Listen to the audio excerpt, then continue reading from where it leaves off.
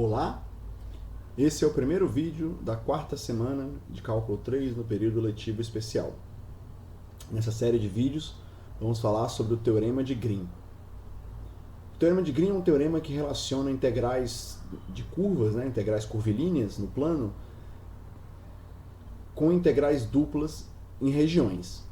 Então tem alguns conceitos que aparecem no enunciado do Teorema de Green que eu gostaria de abordar primeiro antes de enunciar o teorema propriamente dito. Então, nessa primeira sessão preliminar, a gente começa falando sobre um conceito que aparece aí no enunciado do Teorema de Green, que é o conceito de curvas fechadas simples.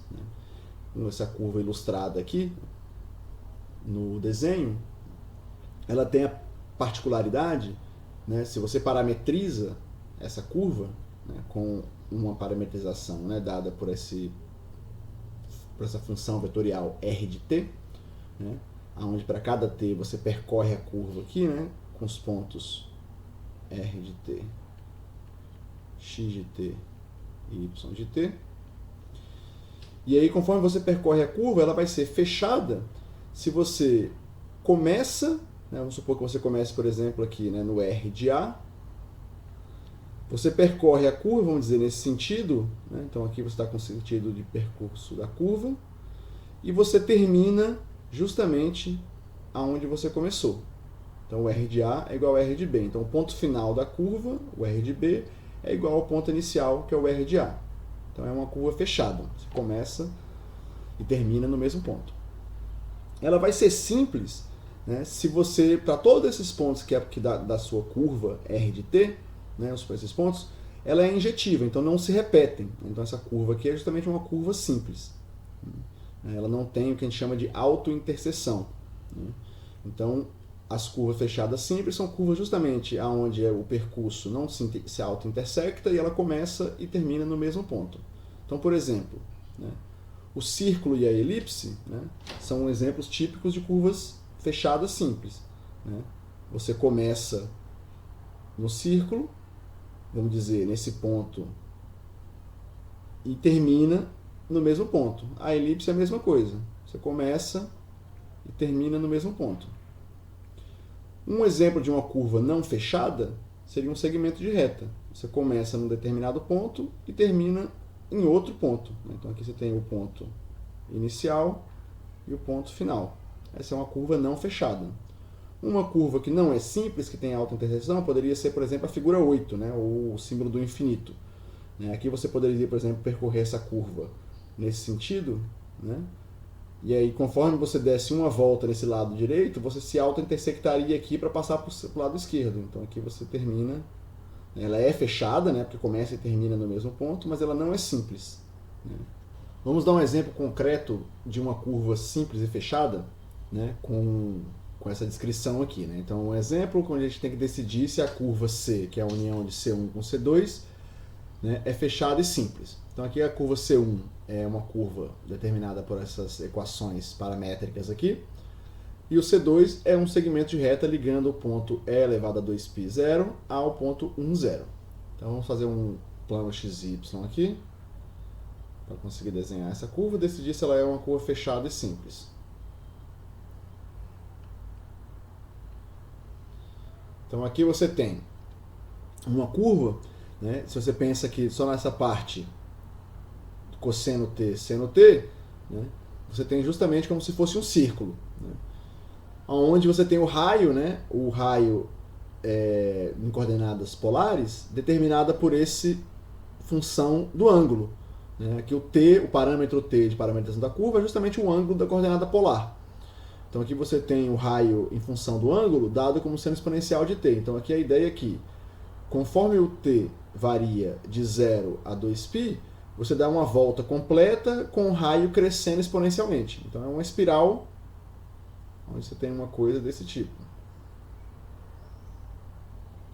No t igual a 0, você tem esse ponto aqui, t igual a 0, você implica justamente que o r de 0, cosseno de 0 é elevado a 0, 1, seno de 0 é 0, e no t igual a 2π, você dá aqui justamente t igual a 2π, você está justamente no ponto E elevado a 2π, 0. Isso determina a curva C1, aqui o parâmetro te dá justamente essa direção de percurso, e conforme você vai terminando aqui, você tem um segmento de reta ligando o E elevado a 2π, 0 ao ponto 1, 0. Então você tem justamente esse segmento de reta fechando a curva. Então essa é uma curva que não tem autointerseção e é fechada, porque ela começa e termina justamente no ponto 1, 0. Esse é o ponto inicial e o ponto final da curva. Então C é uma curva fechada e simples, porque não tem autointerseção. Então esse é um exemplo de uma curva fechada e simples. A outra noção que aparece na enunciada do Teorema de Green é a noção de orientação da fronteira de regiões. Então aqui a ideia é que você tem uma região D, que é o interior de uma curva, e C serve de fronteira da região, separando o que está fora do que está dentro da região. Então aqui você tem justamente essa noção de fronteira. A notação que a gente usa para determinar que uma curva é fronteira de uma região é justamente essa notação com esse símbolo grego delta. Então C é delta D. E conforme você dá uma parametrização dessa curva, que é a fronteira dessa região, você dá um sentido de percurso. Então, nesse caso aqui, o sentido de percurso está justamente nesse sentido anti-horário, certo? Então, para todos os efeitos do Teorema de Green, falar sobre orientação é falar sobre sentido de percurso. É você justamente determinar em que direção a curva está sendo parametrizada. E observe que uma vez que você determina uma orientação, um sentido de percurso, isso te dá uma orientação para as retas tangentes, para as direções tangentes. Então aqui, por exemplo, você tem as direções tangentes aqui, sentido do percurso anti-horário, nesse caso, te dá um vetor tangente nesse sentido. Então aqui você tem o sentido do vetor tangente, nesses pontos, apontando o sentido de direção do percurso. Isso vai ser importante para falar sobre orientação positiva de curvas, que é o próximo conceito. Então, quando a gente fala sobre orientação positiva, a gente está justamente dando uma orientação que diz respeito ao interior da região que essa curva é fronteira. Então, aqui a gente usa essa normal que aponta para dentro da região, é uma direção perpendicular à direção tangente. Então essa é a normal que aponta para dentro, certo? E falar sobre orientação positiva é você escolher um sentido de percurso, aqui nesse caso o sentido positivo é justamente esse que está ilustrado na curva, de forma que quando você olha para o vetor tangente, aqui o vetor tangente na direção do percurso é esse V. Então, intuitivamente, é um sentido que você, quando pensa a respeito, diz, por exemplo, você fala sobre a visão de quem está percorrendo essa curva. Então, aqui você está a visão para frente, certo? Então, pensa que isso aqui você tem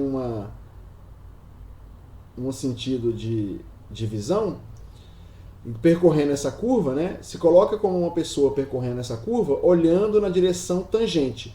Ao percorrer essa curva, você quer que o interior da região sempre esteja à sua esquerda. Isso te dá uma noção de sentido positivo de orientação. E por que chama positivo? Por curiosidade. Se você pensa a respeito dos vetores tangentes e dos vetores normais, pensa que, por exemplo, aqui você tem um vetor com componente AB e o vetor normal com componente CD.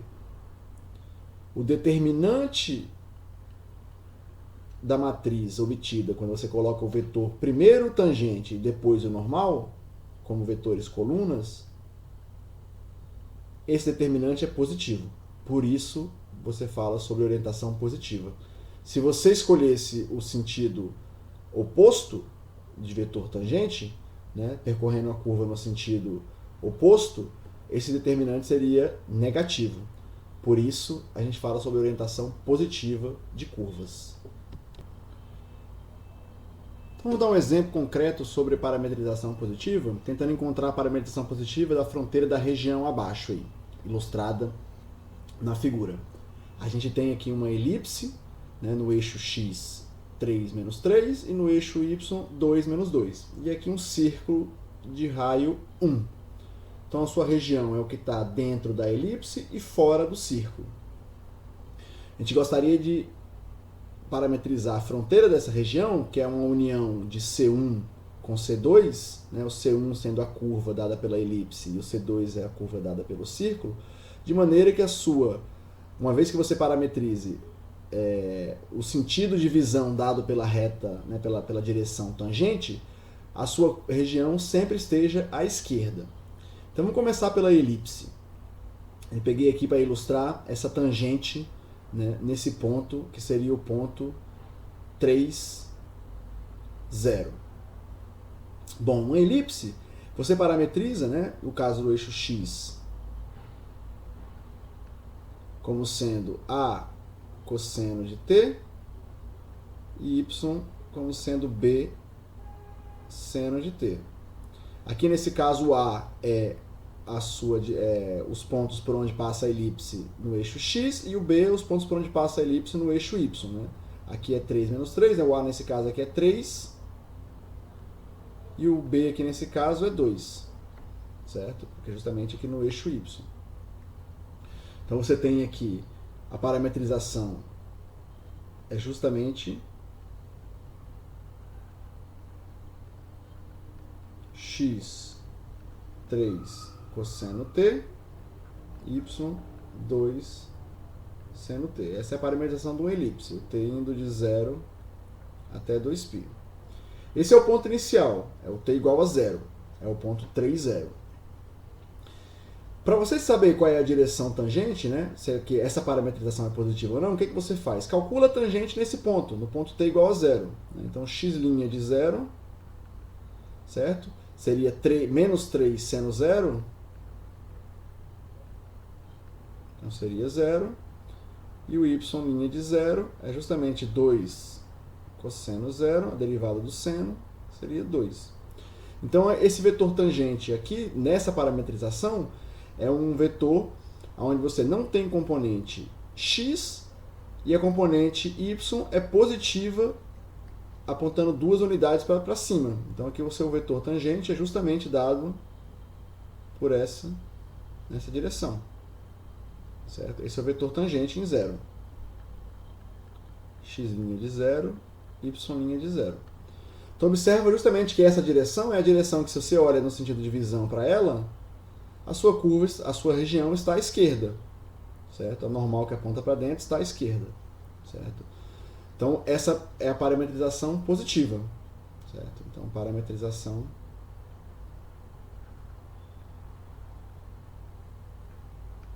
positiva. No caso do círculo, o que acontece? A parametrização que a gente costuma usar para o círculo é a parametrização com x igual a cosseno de t, né? O A e o B, nesse caso, né, é como se fosse uma elipse com A e B iguais a 1. Seno t. O t indo de 0 até 2π. Então vamos ver esse ponto aqui. Esse é o ponto onde você tem o t igual a π sobre 2, certo? Que seria o y igual a 1 e o x igual a 0. Então aqui o x de π sobre 2 é o cosseno de π sobre 2, que é igual a 0, e o y de π sobre 2 é o seno de π sobre 2, que é igual a 1. Então você está justamente naquele ponto em cima. Se você calcula a derivada nesse ponto π sobre 2, né, a derivada do x, né, do cosseno, é menos seno de π sobre 2, que te daria menos 1, e a derivada do seno é cosseno, então cosseno de π sobre 2, que te daria 0. Então esse é o vetor que aponta menos 1 unidade para a esquerda, né? Desculpa, 1 unidade para a esquerda, né? Colocando o sentido negativo aqui, e nenhuma, né, 0, né? Não aponta, tem a componente 0 na direção y. Então se a gente volta para o desenho, então aqui você tem 1 unidade para a esquerda, o vetor, e 0 na componente y. Então é um vetor que aponta nessa direção, significando que você aquela parametrização é a parametrização do círculo no sentido anti-horário. não é a parametrização que você quer. Porque observa, se você olha para cá, nessa direção, a direção de visão nesse sentido tangente, a sua região está à direita, né, do seu sentido de visão. Você gostaria da esquerda, então você tem que parametrizar no sentido oposto. Você tem que parametrizar o círculo no sentido oposto. Então, para falar sobre a parametrização positiva do círculo, a gente vai falar um pouco sobre parametrização no sentido oposto, né? Quando você tem uma curva parametrizada e você gostaria de reparametrizar ela para ela ser percorrida no sentido oposto à sua parametrização inicial. Então, ilustrado aqui, a gente tem uma curva genérica, né? Tipo C, que liga esse ponto aqui, P0, ao ponto P1. Ela é parametrizada por esse xt e por esse yt no intervalo de t entre A e B. E para você parametrizar a curva no sentido oposto, indo de P1 para P0, né? Então você está percorrendo a curva no sentido oposto à parametrização, então seria uma coisa assim, né? Aqui, ilustrativo, né? No sentido oposto. Você justamente usa essa fórmula de reparametrização. Então é uma fórmula que te dá uma nova parametrização, xt e yt, é a mesma curva, porque a imagem é a mesma, né? O x e y são os mesmos, só que você está mudando aqui o parâmetro, né? O a mais b menos t, a mais b menos t no x e no y, certo? Então observa. Se você faz o xt de a mais b menos a é justamente o x de b, o yt de a é justamente o y de b, porque faz o a mais b menos a. Aqui te dá o ponto inicial, então você está começando justamente nesse ponto x de b e y de b. E o ponto final, que seria o xt de b, quando você faz a mais b menos a, fica x de a. E o x e o yt de b fica justamente o y de a. Então, o começo do parâmetro você está justamente no ponto P1 e o final no P0. Então, você obteve justamente essa parametrização indo de P1 para P0. Isso te dá a fórmula de reparametrização no sentido oposto. Então, você pode sempre usar, que você quiser parametrizar uma curva no sentido oposto, essa fórmula. Se a gente aplica ao círculo, usando a parametrização do círculo dada como sendo cosseno de t e seno de t, você gostaria de parametrizar no sentido oposto, no sentido horário. Então você faz xt de t, cosseno de a mais b, o a aqui nesse caso é 0 e o b é 2π, então fica 2π menos t. Usando a fórmula de adição de ângulos, fica cosseno de 2π vezes cosseno de t, mais seno de 2π seno t. Seno de 2π sendo 0, você obtém justamente cosseno de t como sendo o seu xt. E o yt é a mesma coisa, faz o seno de 2π menos t, que seria o y de 2π menos t, né? Aqui o seno de 2π é 0, então fica a fórmula de adição de ângulo seno vezes cosseno, menos seno vezes cosseno, seno de 2π vezes cosseno t, menos seno t, cosseno de 2π. Aqui nesse caso o seno de 2π é 0, então fica menos seno de t. Então a parametrização positiva do círculo, com relação a essa região que está fora do círculo, que é justamente fazendo o círculo ser percorrido no sentido horário, usando aquela fórmula, fica cosseno t menos seno t. Isso acaba nosso exercício.